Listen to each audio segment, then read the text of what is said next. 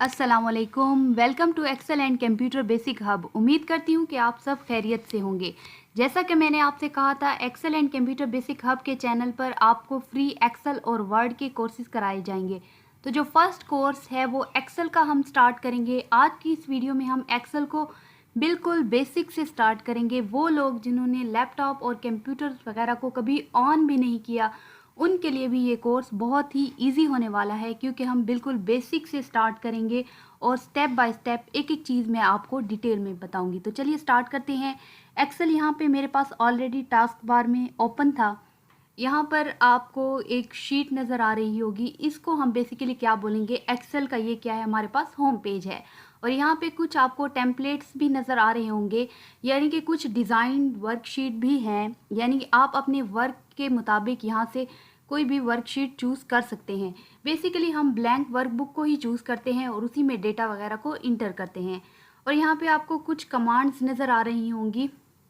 Save, यानी अगर हम एक फ़ाइल बनाते हैं, डेटा वगैरह इंटर करते हैं, उसको हम यहाँ से किसी भी नेम से सेव कर सकते हैं। सेव एज़, यानी अगर हमारे पास एक फ़ाइल ऑलरेडी सेव है, उसको हम नेम चेंज करना चाहें, या हमारे पास जो डेटा है उसमें हम चेंजेस करना चाहें, और उनको हम सेव एज़ के ज़रिए से सेव करेंगे। यहाँ से हम फाइल को ओपन भी कर सकते हैं, क्लोज़ भी कर सकते हैं, और जो फाइल हमारे पास ओपन है उसकी इंफॉर्मेशन भी यहाँ से ले सकते हैं, और जो रिसेंट फाइल हमने ओपन की हैं उनकी हिस्ट्री भी यहाँ से देख सकते हैं, और न्यू भी यहाँ से ले सकते हैं, और जो फाइल हमारे पास ओपन है उसका हम प्रिंट भी यहाँ से कर सकते हैं।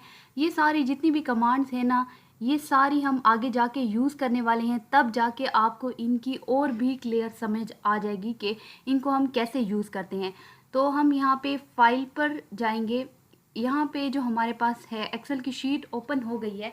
तो बिल्कुल ऊपर टॉप पर आपको नज़र आ रहा होगा बुक 1 माइक्रोसॉफ्ट एक्सेल। मैं आपको बता दूं कि यहाँ पे एक्सेल में जो है बाय डिफ़ॉल्ट, अगर जब तक हम किसी फाइल को सेव नहीं करते तो वो बुक 1, बुक 2, बुक 3 के नाम से ऑटोमेटिकली सेव होती जाएंगी। लेकिन अगर आप कोई नाम देना चाहें तो आप दे सकते हैं, जैसे कि डेटा एंट्री वगैरह, कोई भी आप नेम दे सकते हैं। उसके बाद यहाँ पे आपको एक पट्टी नज़र आ रही होगी और उसमें बहुत से टूल्स हैं। मैं इसको थोड़ा जूम करके बताती हूँ। इसको जूम करने के लिए विंडो की और प्लस की प्रेस करेंगे तो ये हमारे पास जूम हो जाएगा। तो यहाँ पे इसको हम क्या कहते हैं, क्विक असेस टूल बार। यानी अगर हम काम कर रहे हैं और हमें कोई ऐसी टूल्स हैं जो बार बार यूज़ करनी पड़ती हैं, तो उनको हम क्विक असेस टूल बार में ऐड कर देते हैं, ताकि जो हमारा काम हो वो आसानी से हो जाए। जो मैं बार बार टूल्स यूज़ करती हूँ उनको मैंने यहाँ पे क्विक असेस टूल बार में ऐड कर दिया है, ताकि मेरे लिए आसानी हो। आप भी यहाँ पे वो टूल्स ऐड कर सकते हैं जो आप लोगों को बार बार यूज़ होती हैं। यहाँ पे मैंने सेव की टूल ऐड की हुई है।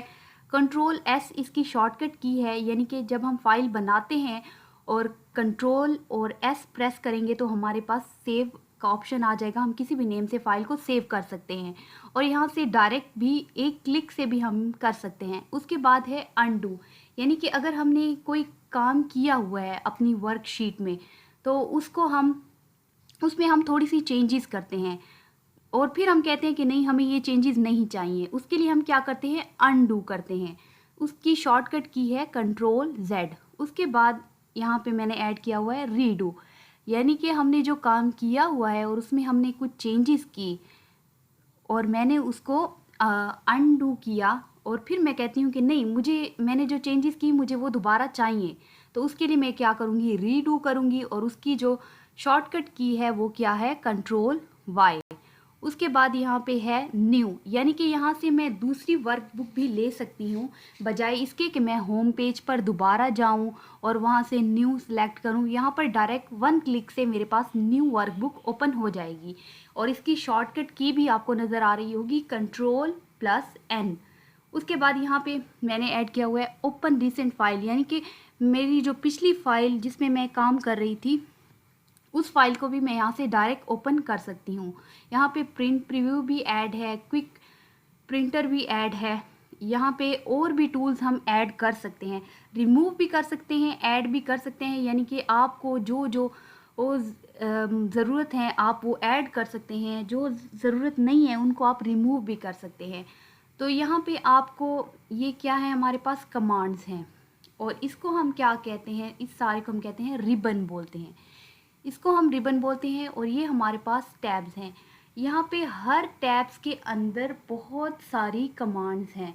हम इन सब कमांड्स को एक एक करके डिटेल में पढ़ेंगे।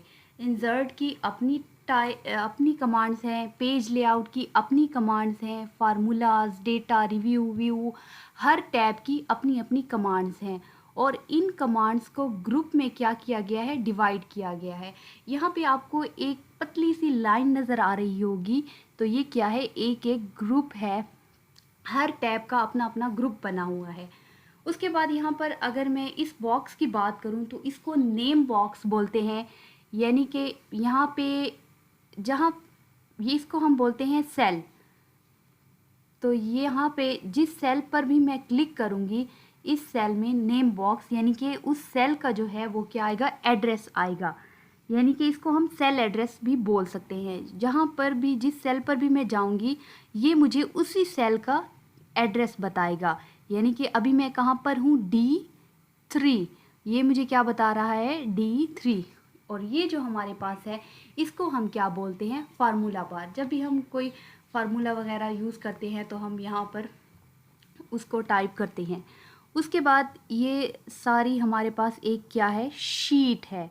इस शीट के अंदर सेल्स होते हैं और ये रोज़ और कॉलम्स की शेप में बने हुए हैं सेल। तो जो ये हमारे पास A, B, C, D है, इनको हम क्या बोलते हैं, कॉलम्स बोलते हैं। और 1, 2, 3, 4, 5 इनको हम क्या बोलते हैं, रोज़ बोलते हैं। रोज़ और कॉलम्स हो गए ये हमारे पास। उसके बाद हमारे पास ये क्या है, शीट है। शीट नंबर 1 है, शीट 2, शीट 3, यानी कि हम एट अ टाइम बहुत सारी शीट्स पर काम कर सकते हैं। अगर आपको ज़्यादा शीट्स चाहिए तो उसके लिए आप यहाँ पे क्लिक करेंगे तो आपके पास और शीट्स भी ऐड होती जाएंगी। जैसे कि मैं यहाँ जैसे ही प्रेस करूँगी वो मेरे पास न्यू शीट ऐड हो जाएगी। शीट नंबर 4 ऐड हो गई और इसकी शॉर्टकट की है शिफ्ट प्लस F11। जैसे ही आप शिफ्ट प्लस F11 प्रेस करेंगे तो आपके पास एक और वर्कशीट क्या हो जाएगी, ओपन हो जाएगी। यानी कि एट अ टाइम आप बहुत सारी शीट्स पर काम कर सकते हैं। उसके बाद अगर आप ये जानें कि यहाँ पे हमारे पास कितने कॉलम्स होते हैं एक्सेल की शीट में, तो उसके लिए हम क्या करेंगे, कंट्रोल प्रेस करेंगे और राइट बटन जो है माउस का वो प्रेस करेंगे तो ये हमारे पास बिल्कुल जो लास्ट पर एंड वाला कॉलम है वो हमारे पास आ गया है। XFD तक हमारे पास क्या है, कॉलम्स हैं। उसके बाद हम दोबारा अपने फर्स्ट कॉलम पर जाना चाहते हैं, उसके लिए हम क्या करेंगे, कंट्रोल प्रेस करेंगे और माउस का लेफ़्ट बटन प्रेस करेंगे। ये हम A पर आ गए। उसके बाद हम जानना चाहते हैं कि हमारे पास ये जो कॉलम्स हैं ये कहाँ तक जा रहे हैं। उसके लिए हम क्या करेंगे, कंट्रोल प्रेस करेंगे और डाउन एरो प्रेस करेंगे कीबोर्ड पर। तो ये हमारे पास बहुत ज़्यादा तादाद में क्या हैं, कॉलम्स मौजूद हैं। तो हम बहुत ज़्यादा सारा जो डेटा है वो हम एक्सेल में ऐड कर सकते हैं। तो हम दोबारा वापस जाएंगे अपने फर्स्ट रो की तरफ, तो कंट्रोल और अप एरो प्रेस करने से हम 1 पर आ जाएंगे।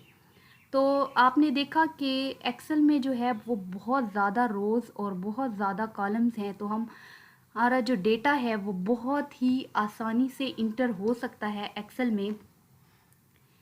हम बहुत ज़्यादा तादाद में जब भी हमें डेटा इंटर करना हो तो हम एक्सेल को यूज़ करेंगे, इसमें हमें बहुत ज़्यादा आसानी होगी। तो नेक्स्ट वीडियो में हम इंशाल्लाह ये जो सारे टैब्स हैं उनके जितने भी अंदर कमांड्स हैं उनको स्टार्ट करेंगे। होम के अंदर जो कमांड्स हैं उनको हम नेक्स्ट वीडियो में रीड करेंगे कि इनको हम कैसे यूज़ करते हैं और हम डेटा कैसे इंटर करते हैं। तो उम्मीद करती हूँ कि जितना भी मैंने समझाया होगा आपको समझ आई होगी। तो नेक्स्ट वीडियो तक के लिए अल्लाह हाफ़िज़। अपना